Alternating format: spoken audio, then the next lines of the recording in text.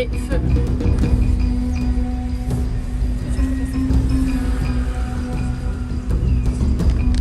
Tu peux passer du coup par-dessus. Tu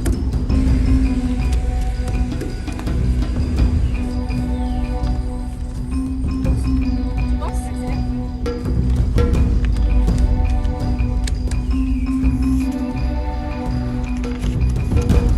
Par contre, il faut pas une deuxième étape.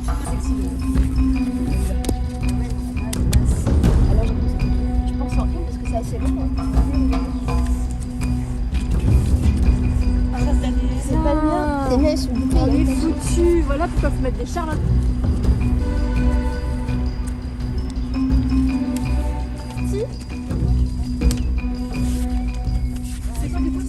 Donc s'il vous plaît, vous allez arrêter, sans ça j'appelle la police tout de suite, d'accord? Parce que si je vois quelque chose demain, je ne manquerai pas de porter plainte contre vous. Même si je ne vous connais pas, je porterai plainte contre X, mais j'ai vu un certain nombre de jeunes filles charmantes, mais qui pour autant s'entêtent à faire quelque chose que je leur demande de ne pas faire. Les gens qui agressent les femmes dans la rue. Qui Non, mademoiselle, je vous explique juste une chose. Un coup de chercher, Non, ça s'en va. Bah oui, ça s'en va. Non mais bien sûr, mais vous viendrez le passer, mademoiselle. Si vous voulez. Mais pourquoi vous Dans faites un pas? mois, Vous quand les habitez gens où? ils auront bien Vous vu, habitez où? pas loin, je viendrai. Eh ben, vous habitez où? Pas loin, je Eh viendrai. ben, allez le coller sur votre maison. Mais non, parce que je suis excentrée, les gens ils passent pas à pied. Non, mais y a Mais pas de- regardez là, celui-là là. Ça c'est le maire du curé. Monsieur, on va partir. Voilà, mais je n'en doute pas, mademoiselle. Je n'en doute pas un Restez instant. calme, vous inquiétez pas. Ah mais pour le moment, je suis très calme. Je peux vous assurer que si je devais être désagréable, je pourrais être beaucoup plus désagréable. D'accord? Mais voilà.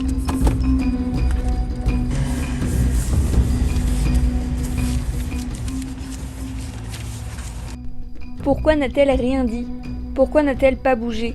Pourquoi 1, 5, 10, 20, 30 ans après, elle révèle avoir été des victimes?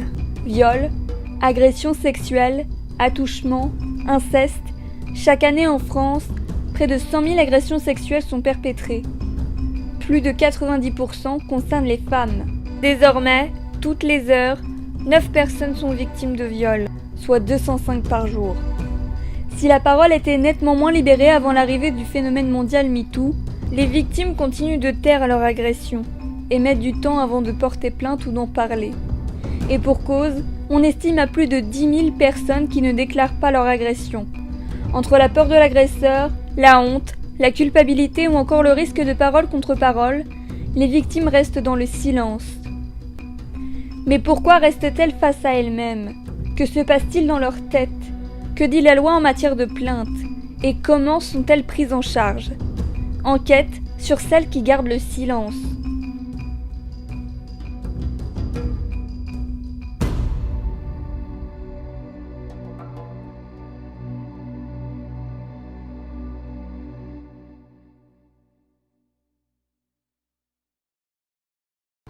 Mais il faisait faire des remplacements c'est un grade au-dessus de ce que je faisais et j'étais responsable de tous les quais là en fait.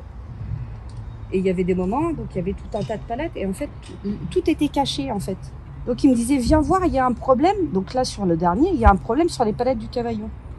Donc on y allait, mais tout était caché par les palettes. Et là, il prenait pour me tripoter en fait. Tout était calculé.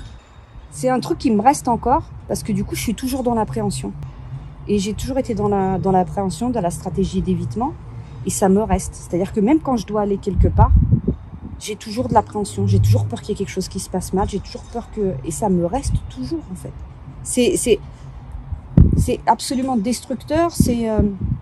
Et c'est peut-être aussi un regret que j'ai de ne pas avoir parlé. Si j'avais parlé avant, je ne serais pas aussi détruite que je le suis aujourd'hui.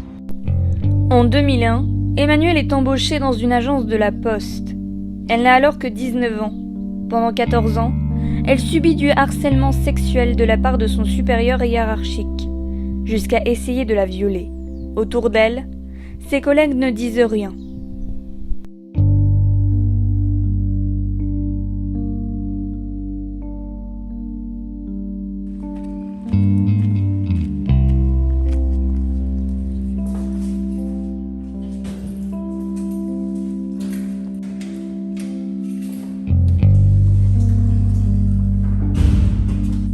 Entre 15 et 20 personnes. Qui ont vu, de leurs yeux vus, que j'ai des choses que ça les faisait rire. Par contre, si on avait fait ça à leur femme, à leur fille, à leur mère, à leur cousine, il l'aurait très mal pris. Mais quand c'est une personne étrangère, c'est pas pareil. Donc, ils ont, tout le monde a vu que j'avais au moins pris une claque sur les fesses, ou que on m'avait dégrafé mes soutiens-gorge, ou qu'on m'avait couru après, qu'on m'avait allongé sur la bande passante et qu'on m'avait mis des fessées devant tout le monde. Tout le monde a vu ça. Tout le monde a vu que je me faisais tripoter tous les jours. Au bout de la deuxième tentative de viol, Emmanuelle fait une tentative de suicide. Elle est hospitalisée. Sa mère se pose des questions. Elle-même avait subi des agressions de la part de son chef d'équipe, le même que celui de la jeune femme. Elle dévoile alors ses agressions. Et là, elle me dit, ok, on porte plainte. Ah, je lui dis, non, on porte pas plainte. Je dis, on va faire quoi? Donc, c'est-à-dire que ils vont me licencier, je vais plus avoir un boulot, tu vas plus avoir un boulot. Les agressions sexuelles, les viols, on entendait parler un peu à la télé, mais sur les lieux de travail, on n'en parlait pas en fait.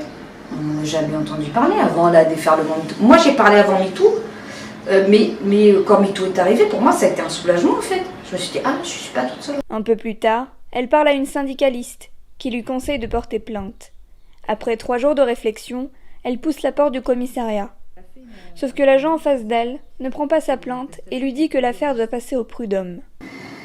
J'avais un avocat, c'était pas le même, qui me dit, il doit prendre votre plainte. J'y retourne. Le mec me dit non, il appelle le parquet et il me dit c'est prescrit. De toute façon c'est prescrit, je ne prends pas votre plainte. Ah, d'accord. Donc je laisse. En même temps, la vague MeToo commence à s'ouvrir et les victimes de Denis Baupin sont entendues, des victimes de 82, 83 jusqu'à 86. On les entend. On se fout de moi en fait. On se fout de moi. Donc on va. Parce que c'est un sénateur, un député, parce que c'est quelqu'un qui est sur le devant de la scène, on peut entendre. Par contre, moi, parce que je suis une petite employée, une petite postière, on ne veut pas m'entendre. Donc j'écris une lettre plainte au procureur. Sans réponse. Je change d'avocat, les prud'hommes. Et en fait, ce qui s'est passé, c'est que une fois que j'ai eu mon verdict des prud'hommes, le prud'homme a fait un signalement au parquet de Paris qui s'est dessaisi au profit du parquet d'Évreux. Et là, j'ai été entendue par la police une première fois. Sauf que le monsieur est tombé malade, je ne l'ai pas revu. Du coup, après, j'ai réécrit au procureur en disant que moi, ça faisait 2 ans que j'attendais, je ne comprenais pas. Donc j'ai été réentendue encore une fois par une autre personne. Et encore une fois, rien. Et après, j'ai commencé à écrire au président de la République. En 2018, la Poste est condamnée à lui verser des dommages et intérêts pour non-protection de harcèlement moral et sexuel, ainsi que manquement à la préservation de sa sécurité. J'ai demandé à ce que le jugement soit affiché dans toutes les entités de la Poste. Les bureaux de poste, les centres de tri. Alors, je ne sais pas si ça a été fait partout, il aurait fallu faire vérifier par l'huissier. Mais oui, j'ai voulu, expressément. Alors, ils ont noirci mon nom, tout ça, mais j'avais pas de problème à donner mon nom. Et je suis très fière d'avoir demandé ça, parce qu'il y a 2 ou 3 femmes qui se sont adressées au syndicat et qui ont parlé de ce qu'elles subissaient. Et ça, c'est ma plus grande fierté. Insomnie, crise d'angoisse, stress, anxiété. Emmanuelle garde des séquelles très prononcées. Les antidépresseurs, ça. Voilà. Antidépresseurs. Ça aussi. Parce que j'étais sous double antidépresseur. Maintenant, j'arrête. Je suis sur un seul maintenant. Donc, antidépresseur, anxiolytique, médicaments pour dormir. Encore. Théralène. J'ai eu un accident en plus là, sous ça, parce que du coup, j'étais tellement dans le cosmos que je... Ouais, tout ça, c'est encore d'actualité. On essaye de s'en séparer un peu au fur et à mesure, mais je sais pas si j'arriverai un jour à pouvoir vivre sans. Depuis 7 ans de bataille, son agresseur est toujours en liberté. Sa mère travaille toujours pour le groupe et Emmanuelle n'a toujours pas de date de procès. Comme celle d'Emmanuelle, ces histoires se comptent par milliers. Celle d'une autre jeune femme est récente. C'est la première fois qu'elle en parle à quelqu'un d'autre qu'à son compagnon. Ne souhaitant pas se montrer, nous l'appellerons Océane. En 2018, elle fait la rencontre d'un jeune homme sur une application de rencontre. Après un mois de discussion, tous deux se donnent rendez-vous à 1 heure de chez elle.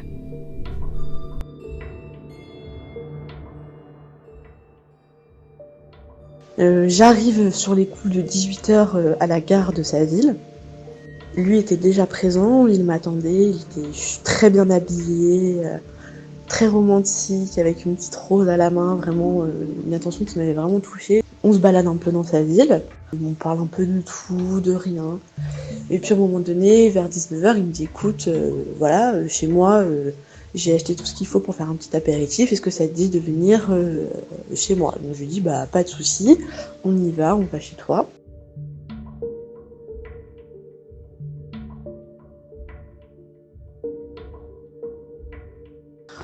On commence à manger un peu, grignoter 2-3 trucs, à boire une bière, puis 2.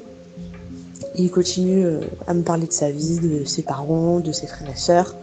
Je fais pareil. Et à un moment, il m'embrasse. Moi, je lui rends son baiser parce que j'en avais aussi envie. Et puis, petit à petit, il commence à glisser sa main sous mon t-shirt. Au début, je dis trop rien parce que voilà, c'est pas très gênant. Sauf que à un moment, il descend sa main au niveau de mon sexe. Il commence à me toucher et je le repousse. Je lui dis que non, j'ai pas envie. Voilà, je veux prendre mon temps, j'ai pas envie d'avoir de relations sexuelles avec lui. De là, son visage a changé, mais j'avais une autre personne devant moi. Son regard a changé. Il est devenu très agressif. Donc en un quart de seconde, il a déplié le canapé lit. Il m'a poussé sur le dos. Il m'a retenu les mains parce qu'au début j'essayais de me débattre parce que voilà, c'était l'instinct de survie, j'avais pas envie qu'il m'arrive ça. Je me suis dit ça n'arrive qu'aux autres, ça n'arrivera pas à moi. Il me pénètre très violemment, assez fort, j'ai très mal. Et en fait, j'étais tellement choquée et tétanisée par ce qui est en train de m'arriver que je n'ai pas eu la force de me débattre. J'étais complètement tétanisée. Il est allé tellement fort que je saigne vraiment beaucoup. C'est très abondant. Et il commence à me hurler dessus. Il me dit t'es vraiment qu'une pute. Regarde ce que t'as fait. T'as taché mon lit. Il est tout neuf. Tu vas me le payer. Et dans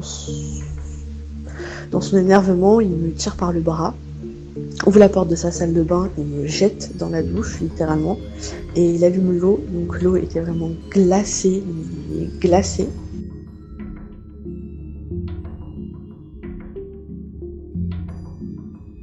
Je me suis dit, mais si ça se trouve, à la fin, une fois qu'il aura fini de me violer, il va peut-être me tuer. Puis après toutes ces années, je culpabilise beaucoup parce que je sais qu'il a violé d'autres femmes avant et après moi. Et je me dis peut-être que si moi j'aurais porté plainte, peut-être que ça serait arrêté, quoi.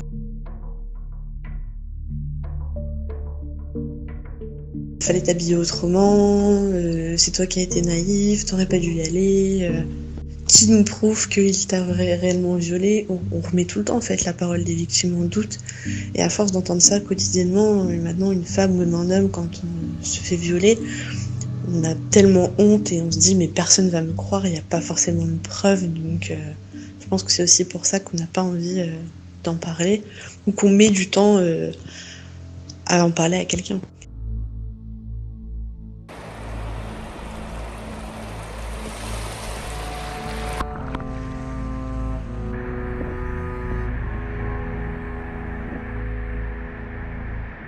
En novembre 2017, la consultation citoyenne engagée par le gouvernement a permis de donner une tribune aux victimes qui gardent le silence. 20% d'entre eux citent la honte comme premier frein pour dénoncer ou porter plainte.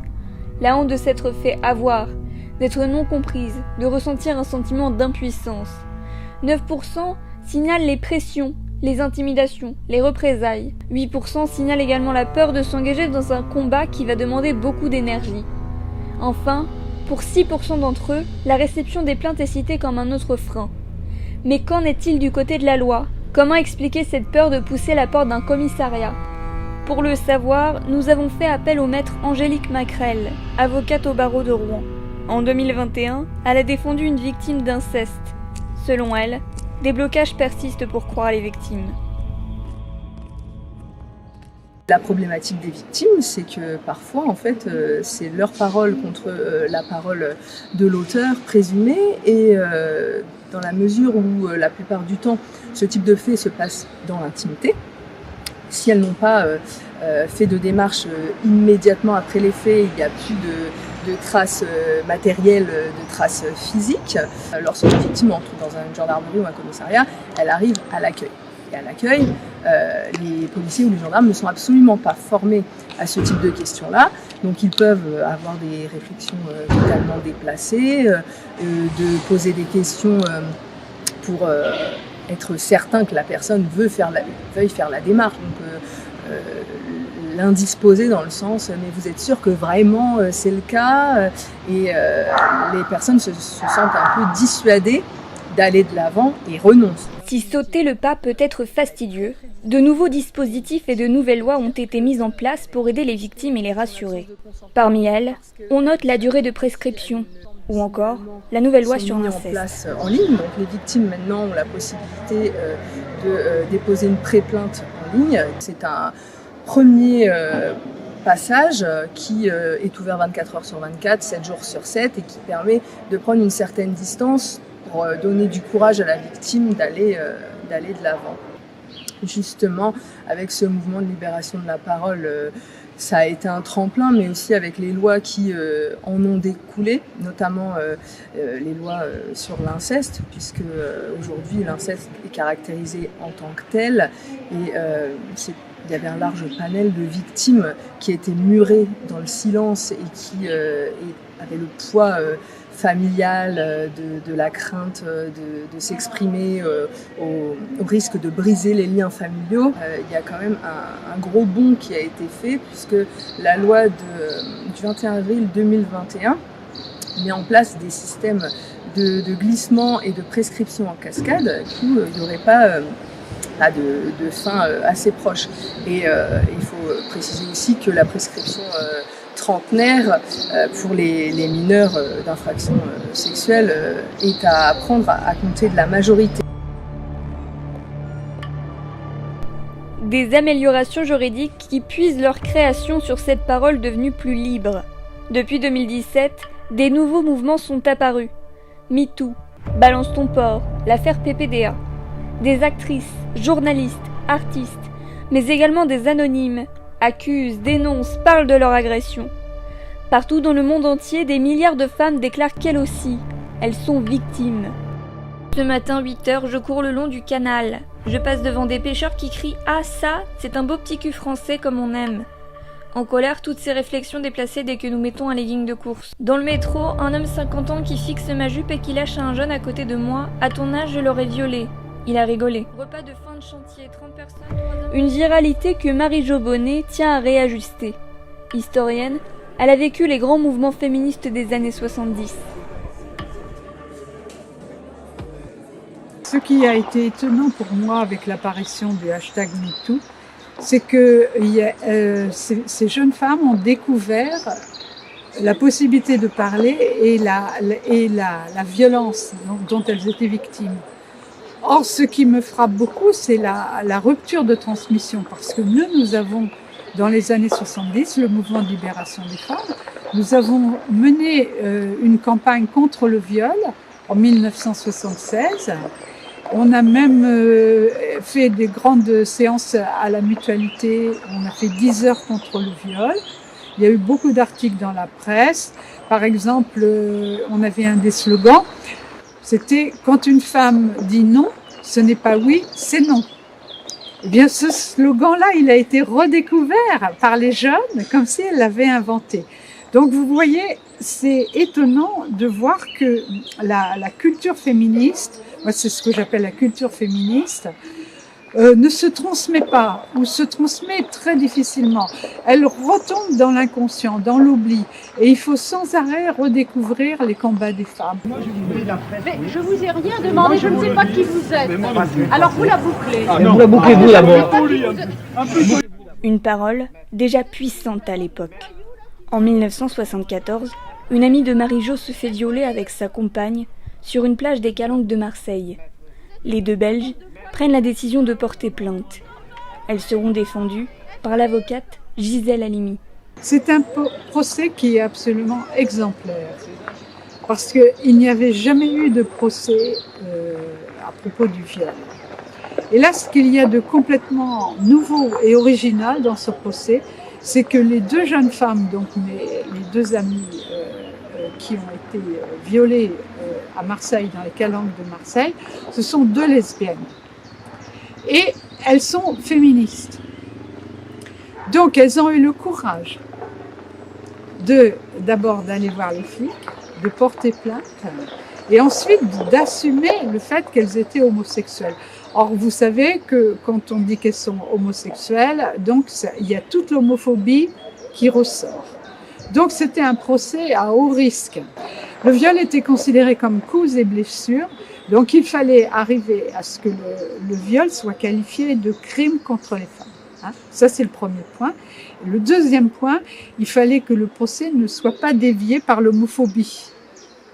Et vous ne pouvez pas savoir ce qui s'est passé. Il y a eu des lettres, par exemple, en Belgique. Mais en même temps, il y a eu un grand mouvement de soutien, d'abord en Belgique et aussi en France, parce que nous, comme on les connaissait, donc on a commencé à faire des actions. D'abord des collages, hein, c'est pas une découverte. Hein. Le tribunal a été déclaré incompétent et ensuite ça a été jugé pour crime criminalisé. Et il y a une loi qui est passée en 1978. Donc vous voyez, entre 74 et 78, dans ces 4 ans, il y a eu tout un combat qui est victorieux qui a été mené. Et moi, ce qui m'étonne énormément, c'est que ce combat-là des femmes a été oublié. J'ai été très étonnée de lire dans Virginie Despentes, vous savez, elle parle de son viol. Et elle dit qu'il n'existait aucun combat de femmes déjà contre le viol. Or, ça s'est passé bien après. Donc, même Virginie Despentes, qui est quand même une référence dans le féminisme des jeunes, hein, dans le féminisme queer, je dirais, hein, bien, même elle ne le savait pas. Mais les jeunes d'aujourd'hui, elles ont Internet, elles ont Wikipédia, tout ce que elles ont moins d'excuses que nous, je dirais.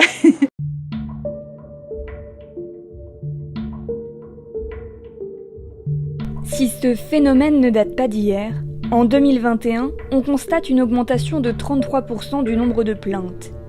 Mais cette large avancée est à prendre à la légère. Nombre de signalements datent sur des faits plus anciens.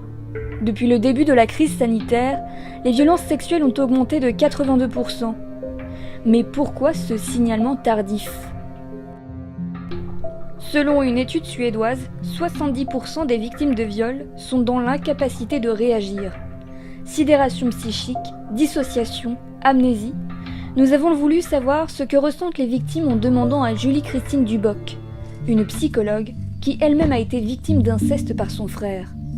Pendant 2 ans, ces agressions permanentes se déroulent sans que ses parents ne constatent rien. À l'âge adulte, elle démarre une thérapie qui lui permettra de découvrir qu'elle a également été violée par son oncle lorsqu'elle avait 6 ans. Aujourd'hui, elle raconte son histoire dans un livre, retraçant son parcours de victime.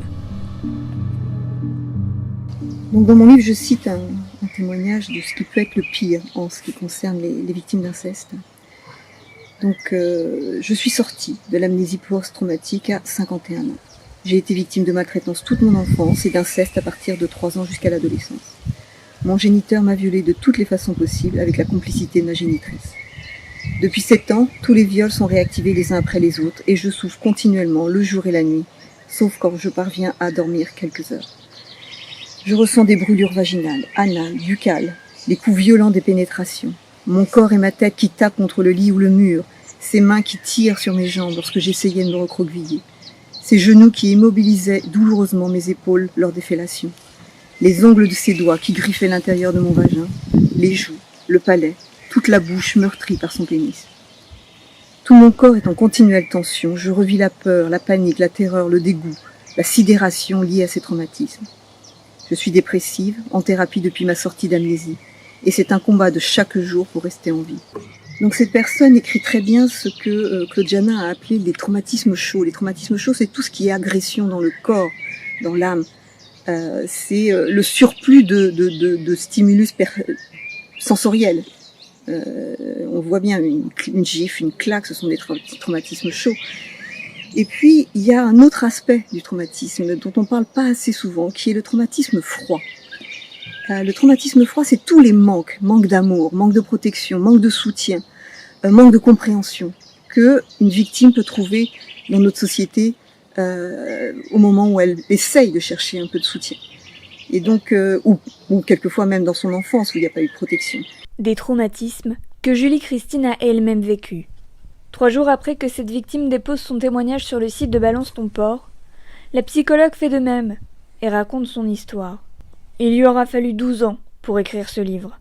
Je me suis souvenue toujours des masturbations forcées et puis de la première agression que mon frère a fait sur le divan devant toute la famille, mais sous une couverture, mais voilà.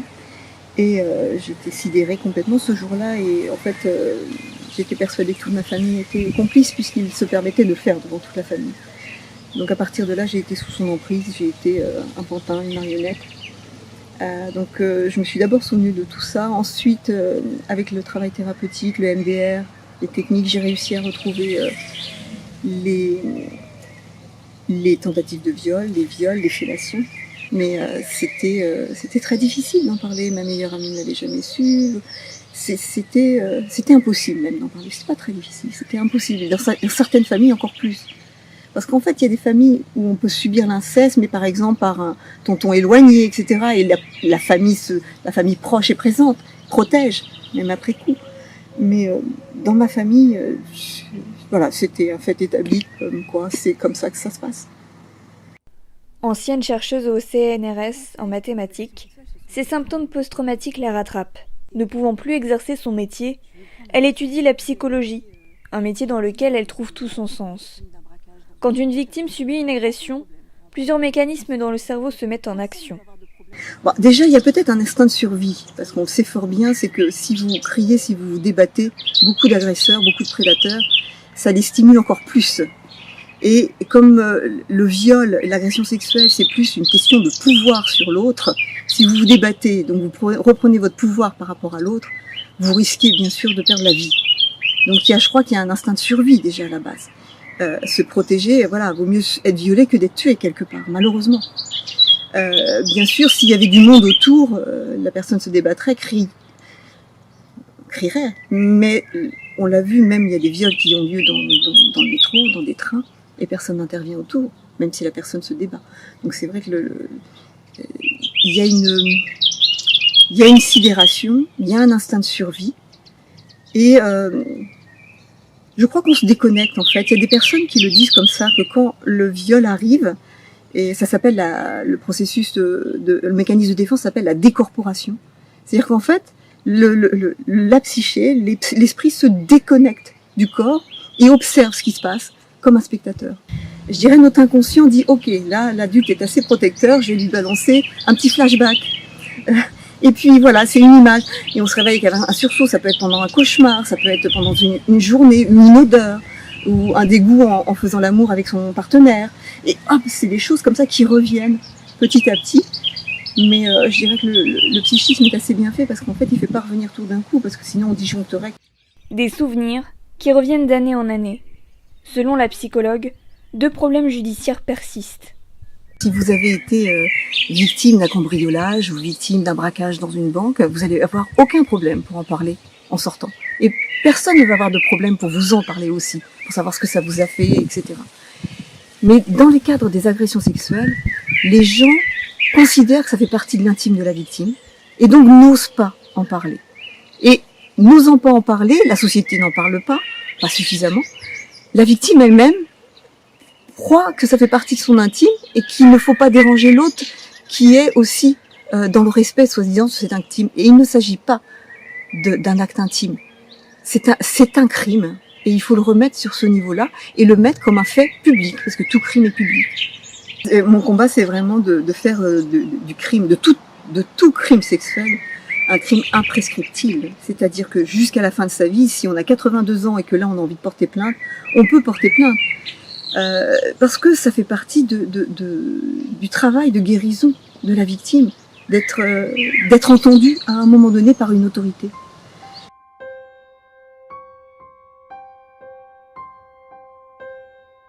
Aller de l'avant, se reconstruire, ne plus vivre dans la peur et être libre.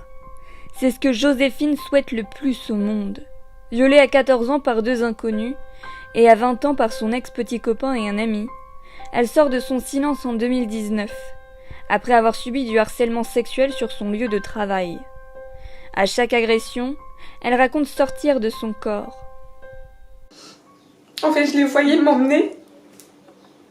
Mon cerveau il était complètement anesthésié, je pouvais ni crier, je pouvais ni bouger, je pouvais pas appeler à l'aide, en fait il n'y a plus rien qui fonctionnait.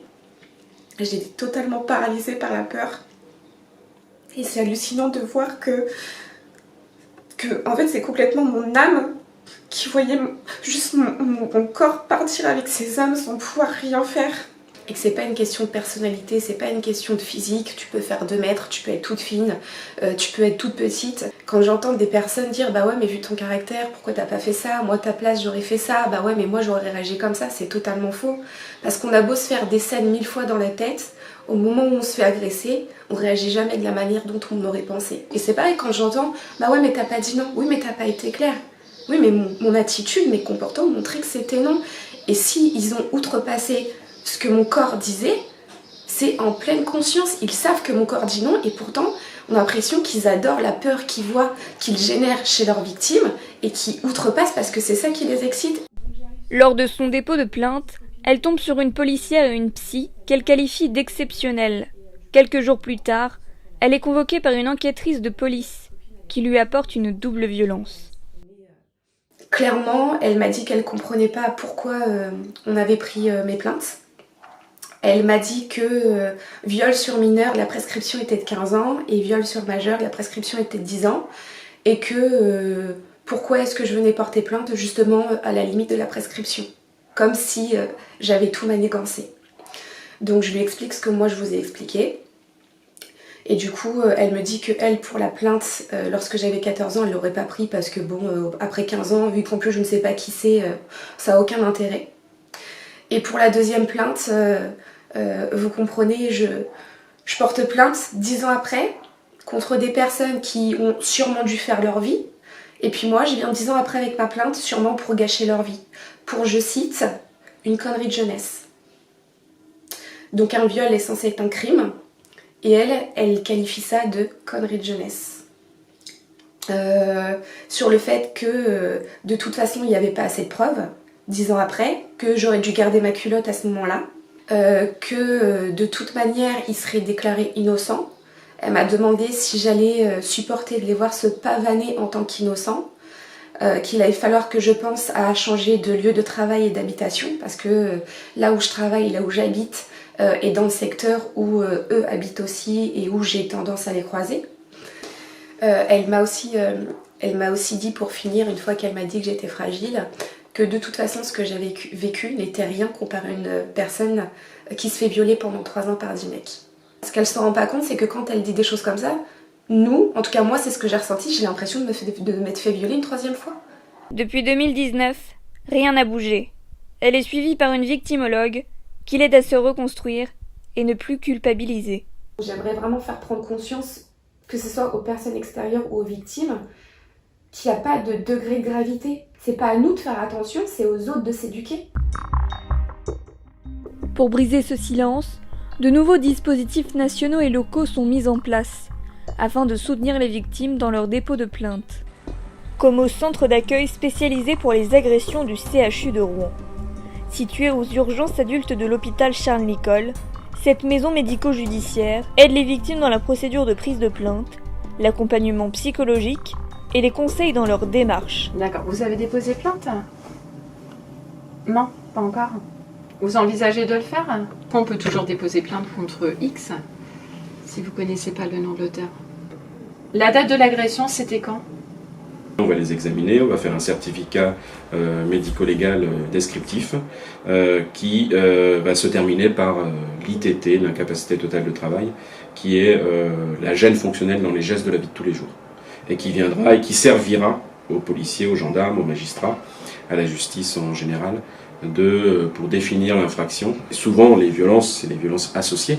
C'est les traces échymotiques, les traces de coups qu'on va retrouver associées à ça, la face interne des cuisses, pour des gestes d'empoignade, des traces digitiformes, la face interne des bras. Et c'est tout ça qui va faire que ça va venir corroborer, venir confirmer ou affirmer l'effet de violence sexuelle. Ce qu'on met aussi de façon importante, c'est que souvent, et on le dit à la victime aussi, une victime qui a déjà eu des relations sexuelles consenties, qui a une vie sexuelle, dans 80% des cas, pour ces victimes-là, on ne va pas voir de lésions. Donc ça, c'est quelque chose que, vous avez rien vu, donc qu'il ne s'est rien passé. Donc justement, c'est pas parce qu'on voit rien qu'il ne s'est rien passé, et on va noter tous ces éléments-là aussi dans le certificat, et que l'examen ne permet pas d'affirmer les dires de l'intéressé. Sur toutes les agressions confondues, 95% des victimes qui viennent au CASA sont envoyées sur réquisition. Depuis quelques années, le service médico-judiciaire détient un système simplifié de dépôt de plainte. Le principe, les victimes remplissent un document officiel en répondant à quelques questions autour de leur agression. Le document est ensuite envoyé à la police ou à la gendarmerie. Ça marche? Bon ok, merci. Après, la victime doit quand même aller porter plainte, mais en tout cas, elle dit « je suis passé au CASA, j'ai fait un DPS », donc souvent on lui donne une copie du dépôt de plainte simplifié, qu'elle peut montrer au service de police, et ça facilitera sa prise de plainte après, et que son affaire, entre guillemets, est déjà un peu connue. Si elle ne va pas au commissariat, derrière, nous on aura une réquisition, on va envoyer à l'autorité requérante, comme on dit, à l'officier de police judiciaire qui nous a fait la réquisition. Après, si elle n'a pas été par la suite au commissariat, eux, ils vont pas aller la chercher, quoi. Mais ils peuvent la contacter puisqu'ils ont toutes les références aussi téléphoniques. Sur 5000 victimes prises en charge par les médecins légistes en 2021, 20% relèvent des violences faites aux femmes, soit une personne sur 5. Infirmières, psychologues, assistantes sociales, médecins légistes, le CASA permet à toutes et à tous d'être pris en charge, peu importe à quand remontent les faits. D'accord, c'était vers quelle heure? Minuit, 1 heure. Ça s'est passé où? C'était en boîte de nuit. Vous avez été agressé par combien de personnes? Je me souviens pas trop, une personne sûre, après j'ai pas... C'était un homme, une femme? Un homme. Plus souvent des femmes, quand c'est des violences sexuelles anciennes, qui vont voir des collègues féminines. On a la chance ici à Rouen, enfin dans le service, d'avoir un certain nombre de femmes, médecins légistes, et qui vont voir donc ces victimes. Et nous, on va avoir une mission par les services de police ou de gendarmerie pour examiner la victime et faire un examen sur le plan gynéco qui va être fait. C'est un examen, bien sûr, parce que ça m'a déjà été opposé, qu'on ne va jamais imposer. C'est-à-dire que si la victime, on va dire, voilà, il nous demande de vous examiner. Si la victime, elle dit, moi ça fait 9 ans, j'ai déjà eu des relations sexuelles depuis, etc. Enfin voilà, moi, victime, je vois pas l'intérêt d'avoir l'examen. C'est tout, on va pas faire l'examen. On ne force jamais personne à avoir un examen, on va pas créer un deuxième traumatisme. Selon le professeur, l'enquête nationale sur les violences envers les femmes en France, réalisée en 2000, a été le premier levier pour adapter la médecine légale aux violences sexuelles. Alors, est-ce que vous pouvez m'expliquer ce qui vous amène au CASA? J'ai subi des violences sexuelles durant mon enfance. D'accord, donc ce que j'imagine, c'est que si c'était pendant l'enfance, il y a eu peut-être une période où vous n'en avez pas parlé. Qu'est-ce qui aujourd'hui vous a amené justement à franchir la porte du CASA? C'était compliqué d'en parler et j'ai franchi le pas il n'y a pas longtemps. Nolwenn est psy depuis 4 ans au CASA. Pour certaines victimes, c'est la première spécialiste en traumatologie qu'elle voit. En fait, nous, on est plutôt sur des prises en charge pour moyen terme, on va dire ça comme ça, dans l'idée gérer un petit peu l'urgence, entre guillemets, mettre en place des choses, et puis gérer la crise, en fait, finalement. Et une fois que le temps de crise est passé, parfois, voilà, les quelques entretiens, ça peut suffire. Et puis, parfois, non, il y a besoin d'une réorientation, effectivement, pour du travail un petit peu plus à long terme. Souvent, sur la première consultation, je vais avoir tendance à poser pas mal de questions. Déjà parce que c'est pas rare que ce soit la première fois que que la personne vienne voir un psychologue. Donc l'idée c'est vraiment de détendre aussi un petit peu. Les gens savent pas toujours quoi dire, etc. Sont un peu perdus. L'idée ça va être vraiment de les guider dans l'entretien. Souvent je vais demander un petit peu généralement ce qui s'est passé au niveau des faits. Donc il y a des gens qui peuvent l'exposer assez succinctement, voilà. Pour certaines personnes, c'est plus difficile. Donc dans ces cas-là, j'ai pas forcément besoin de tout savoir. On va y aller vraiment petit à petit. Donc ça dépend vraiment au niveau de chaque personne finalement. Sur la manière de faire au CASA, je pense que ce qui est important de rappeler, c'est que le traumatisme, il faut être aussi un petit peu formé sur la question, parce que c'est vrai, quand on va recevoir quelqu'un qui, alors soit peut être en choc parce que les choses viennent d'arriver, soit un petit peu après, l'idée c'est vraiment d'accompagner et d'être très soutenant. C'est-à-dire qu'on va être assez loin souvent de l'image qu'on peut se faire des psychologues où il y a beaucoup de silence et c'est à la personne d'être dans ce qu'on appelle de l'élaboration libre. Sur du trauma, on va pas fonctionner comme ça finalement, puisque ça peut créer aussi beaucoup de difficultés chez les personnes qui ont été victimes. Donc l'idée ça va être plus justement, comme je vous le disais tout à l'heure, de poser des questions, de soutenir et d'essayer de tranquillement de suivre le cheminement bien sûr des patients, parce qu'ils vont pas tous avoir les mêmes besoins, pas tous les mêmes demandes, mais de soutenir vraiment cette élaboration là. On n'est pas dans quelque chose de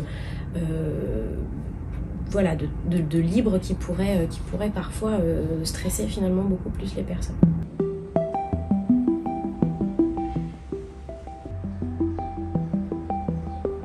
D'autres clés aident les victimes dans leur procédure. Associations, collectifs, entreprises, de nouvelles structures voient le jour depuis une dizaine d'années. À Rouen, une association s'est implantée, Oser le féminisme, une antenne normande qui joue un rôle important dans les procès.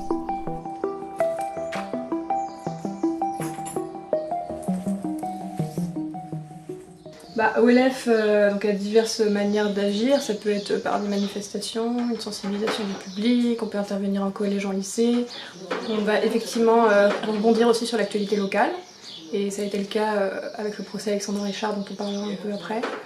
Et effectivement, on peut apporter un soutien juridique, économique. Juridique, ça peut passer par effectivement suivre un procès, rédiger des articles ou entrer en contact avec des journalistes pour apporter notre analyse féministe de l'affaire. Et aussi, ça arrivait, on en parlera aussi, qu'on lance des cagnottes pour soutenir des victimes dans des procès et les aider à payer par exemple les frais d'avocat, d'avocate, de justice, etc. Une cagnotte, elles en ont lancé une pour le procès d'Alexandra Richard, une mère de famille, qui a subi des violences de la part de son mari. En 2016, alors qu'il est alcoolisé, elle saisit une arme et lui tire dessus. Elle est alors condamnée à 10 ans de prison pour homicide volontaire. L'association assiste alors au procès, sauf un jour où elles ne peuvent plus rentrer. Cette personne qui vient de rentrer là, ça fait une personne de plus, on a 53. C'est une personne qui va ressortir, donc c'est bon. Donc là je vous dis qu'en tout cas, vous pouvez plus rentrer. Nous aussi on va ressortir. Est-ce que vous vous sentez à l'aise du fait de refuser des journalistes comme France Presse, des associations comme Les Effrontés, comme Oser le féminisme, comme Amnesty Évreux? Vous vous sentez à l'aise de laisser ces associations à la porte d'un procès d'assises? En aucun moment dans le fond. Mais on est en tribunal d'assises, l'audience doit être publique. Elle se doit être publique. Donc devant la cour d'assises d'Évreux, on a clairement été empêché, les associations féministes, les effrontés, OLF, d'assister au procès, sous des arguments fallacieux de capacité de la salle. Le premier jour c'était ok pour qu'on soit plus de 50 dans le bâtiment, et les autres jours, visiblement, on dérangeait. Donc on nous a dit que non, la capacité de la salle était déjà dépassée, les témoins étaient prioritaires, ce qu'on comprend bien sûr et c'est normal. Mais les journalistes, eux, et ceux qui avaient des cartes de presse pouvaient entrer, mais pas des associations féministes qui sont reconnues d'utilité publique. Et le message qui finalement ressort de cette affaire, c'est qu'on interdit aux femmes de se défendre, qu'une bonne victime est une victime morte finalement, et ce qui est ressorti dans le procès, c'est qu'on a essayé de diaboliser, que ce soit l'avocat général, le procureur, de diaboliser Alexandra Richard, de dire que c'était une femme autoritaire, une femme forte, qui savait ce qu'elle faisait, et qu'en fait elle n'était pas victime. Donc on a vraiment minimisé les violences sexuelles, psychologiques, l'emprise. Et là, ce qu'on nous a reproché, et ce qui était reproché surtout à Alexandra, c'était qu'elle constituait un risque pour l'ordre public qui était permanent, qui était Donc en fait c'est elle qui est considérée comme une femme dangereuse pour la société et pas du tout finalement l'homme qui commettait ces violences et les hommes qui commettent des violences en général. Donc là voilà, c'est assez représentatif d'un soutien qu'on a reçu pour Alexandra Richard. Là en l'occurrence c'est une artiste féministe qui fait des portraits de femmes qui a dessiné Alexandra Richard en soutien, elle s'appelle Amandart. Et on a aussi une cagnotte qui a été lancée par Les Effrontés, donc une association féministe parisienne, pour récolter des fonds pour aider Alexandra pour payer les frais d'avocat de justice en général. Et donc la cagnotte est toujours en ligne et on a récolté 4 000 €. On espère aller jusqu'à 6 000. Voilà. Et ça c'est des dons du public, c'est un soutien du public. Si elles ne sont pas professionnelles, elles apportent également un soutien dans la reconstruction. On a aussi des partenaires, des centres par exemple qui sont spécialisés dans les psychotraumas et vers qui on va renvoyer les femmes qui viennent vers nous. Et donc on a par exemple le cas d'un centre tout récent qui vient de se constituer en décembre 2021 qui s'appelle le centre Bertha Pappenheim et qui est en fait composé pour l'instant de 2 thérapeutes. On a une hypnothérapeute qui est basée à Bruxelles et une neuropsychologue qui est elle basée à Paris. Et l'idée en fait c'est que comme les femmes, et qui plus est les femmes qui souffrent qui ont subi des violences sexuelles, des violences conjugales, etc., sont souvent surexposées à la précarité. L'idée c'est vraiment qu'elles fassent des soins qui soient accessibles et qui soient donc très peu chers, voire gratuits. Si les séquelles perdurent, les victimes obtiennent gain de cause et voient leur agresseur incarcéré et peuvent enfin commencer une reconstruction. C'est le cas de Manon, 27 ans. L'année dernière, la jeune femme a fait face à son agresseur au tribunal de Rouen. Incestée à l'âge de 7 ans, avec sa cousine et son frère par son oncle, elle mettra 7 ans pour en parler à sa mère. Elle m'a dit on garde le secret, on ne dit pas à ton père, on garde ça pour nous. Parce qu'en fait, on me faisait ressentir que si je le disais, ça allait apporter des problèmes à la famille. Qu'en gros, ça allait faire éclater des tensions, qu'il y aurait des soucis, etc. Donc non, j'ai gardé le secret. Ouais. Justement, après le procès, je lui ai posé la question du pourquoi elle avait gardé le secret tant de temps. Et elle m'a dit, je sais pas, je pense que j'avais trop honte. Et en fait, elle a vu mon évolution se dégrader, etc. Et elle me dit, je m'en veux de rien avoir dit, mais voilà, j'étais bloquée. Et ça, je comprends toujours pas aujourd'hui parce que, Il aura fallu 9 ans à Manon pour passer à la barre. Le 10 juin 2021, son agresseur est condamné à 8 ans de prison ferme. Ce procès est un véritable soulagement pour enfin vivre, comme elle le dit. D'ailleurs, elle s'est fait tatouer le palais de justice sur la poitrine quelques mois plus tard. Mes amis m'ont offert de l'argent une enveloppe pour pouvoir le faire. Donc c'est écrit Take Time parce que ma thérapeute me disait toujours de prendre le temps. Parce qu'il fallait pas aller trop vite, il fallait faire les choses par étapes. Et donc c'est vraiment devenu ma devise. J'ai fait les choses que j'avais envie de faire, j'ai pas fait les choses que j'avais pas envie de faire. Et j'ai dit à tout le monde que en gros c'était mon 2e anniversaire, parce que vraiment c'est là où j'ai démarré ma nouvelle vie. Parce que durant ma thérapie avec ma psychothérapeute, elle m'a expliqué que tout ce que j'étais avant ce procès, avant de comprendre que ce qui m'était vraiment arrivé, que c'était grave, que j'étais une victime, etc., elle m'a fait comprendre que avant j'étais un petit peu façonnée en fait, façonnée par tout ça. C'était les conséquences de ce qui s'était passé, de mon traumatisme, etc. Et en gros, j'étais pas vraiment moi-même, quoi. J'avais pas pris conscience de qui j'étais. J'ai plus honte et vraiment ce qui m'a aidée c'est de parler Donc si je pouvais véhiculer un message, ce serait ça. C'est que pour se libérer, il faut parler, même si on a honte ou si on a des appréhensions par rapport à ce que peuvent penser les gens. Au final, on ne sait pas vraiment ce que peuvent penser les gens. Parce que moi, j'ai commencé à parler sur Internet, sur les réseaux, et j'attendais rien des gens. Et au final, j'ai eu des messages, des centaines de messages de soutien.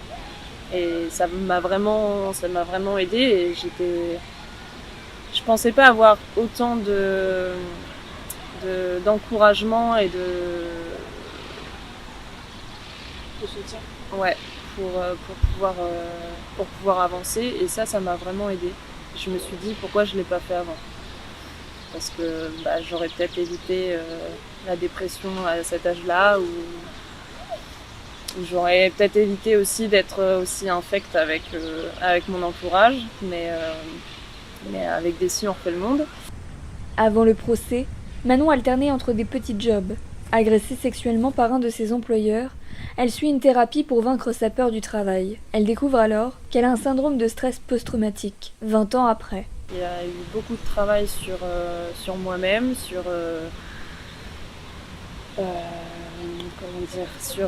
l'appréhension de mes émotions. Il fallait que je casse un peu le mur que je m'étais mis. Donc c'est passé aussi par les médicaments, les antidépresseurs, etc. Parce que j'ai vraiment eu une phase de stress intense, de dépression aussi. Je suis tombée en dépression et en fait ça a été de travailler sur mes relations sociales, vraiment ne plus garder le secret, vraiment parler pour même si les autres sont pas d'accord. Enfin, j'ai vraiment compris que les gens n'avaient pas la même vision que moi et qu'on pouvait très bien s'entendre malgré qu'on ne voit pas les choses pareilles. Et j'ai aussi essayé d'arrêter de chercher des réponses du pourquoi c'est moi qui ai vécu ça. Et voilà, après c'est passé par aussi la rencontre avec mon petit copain. Ma thérapeute m'a expliqué que c'était pas ça le combat de ma vie. Le combat de ma vie, c'était vraiment de faire éclater tout cet engrenage autour de l'inceste, vraiment d'expliquer, mais au final ça fait avancer que d'un côté, que du côté des victimes. Ça aide à se reconstruire, mais par contre à côté les agresseurs ils prennent que dalle et ça avance pas beaucoup. Et avec un ami, avec mon ami d'enfance, on se dit toujours, parce qu'il a été au Canada et là-bas il y a la castration chimique. Et à chaque fois, il me dit, mais pourquoi on n'a pas ça en France ? Et il me balance des trucs, il me fait, ouais, faut qu'on fasse quelque chose, faut qu'on bouge les choses. Mais malheureusement, à notre petite échelle, à part parler, et c'est tout, on peut faire que ça, parce qu'on n'a pas les moyens d'arrêter ces personnes-là, on peut pas faire justice nous-mêmes, et c'est ça le vrai problème. Le vrai problème, c'est que, en fait, nous, ça va aller, puisque de toute façon, si on n'est pas mort, c'est qu'on a gagné, en quelque sorte. Mais par contre, de l'autre côté, ils sont gagnants aussi parce que ils prennent pas beaucoup et ça c'est malheureux, quoi. Dans son processus de reconstruction, Manon souhaiterait comprendre l'histoire de sa famille afin de montrer à tous les mécanismes de l'inceste. Elle a le projet d'écrire un livre afin d'aider les victimes et soutenir la cause en racontant son histoire. J'ai un proche qui a vécu des choses similaires. Elle s'est fait agresser en pleine rue de Paris. Elle a été portée plainte quelques jours après, puisqu'elle a fait une amnésie pendant le choc. Et elle a fait son dépôt de plainte et elle n'a pas été orientée vers un centre de victimologie ou de thérapeute, voilà, pour l'aider vraiment à se relever face à ça. Et là, à l'heure d'aujourd'hui, l'enquête n'a pas avancé. Ils n'ont pas retrouvé la personne. Donc en fait, elle est livrée à elle-même et en gros, elle peut pas vraiment avancer comme j'ai pu faire moi. On a l'impression que c'est un peu banalisé à se dire, en fait, tout le monde vit ça et c'est pas grave. Enfin, je veux dire, c'est pas... Voilà, t'en es pas morte, donc c'est bon. Et en fait, voilà, le problème, c'est que c'est même dans la politique, partout, les gens puissants, ils se permettent tout et ils sont pas punis. Donc les gens, ils disent, vas-y, je vais le faire. De toute façon, on risque quoi, 8 ans, et c'est tout, quoi. Donc, il y a vraiment un problème côté justice et côté vraiment prise en compte des victimes, parce qu'il n'y a pas beaucoup de centres. Par exemple, là, à Rouen, je sais qu'il va y avoir un centre de victimologie où dedans, ils vont pouvoir pratiquer de l'art-thérapie pour vraiment se sortir de ça, pour évoluer et se reconstruire. Mais autrement, là, il ouvre à Rouen, mais avant, il n'y en avait nulle part à part à Paris. Et ça, c'est pas normal. Normalement, tous les gens victimes devraient passer par la case plainte et après être dirigés vraiment vers quelque chose qui les aide et qui soit soutenu, quoi. Parce que en fait, tu vis quelque chose comme ça, tu restes dans le silence et t'avances pas.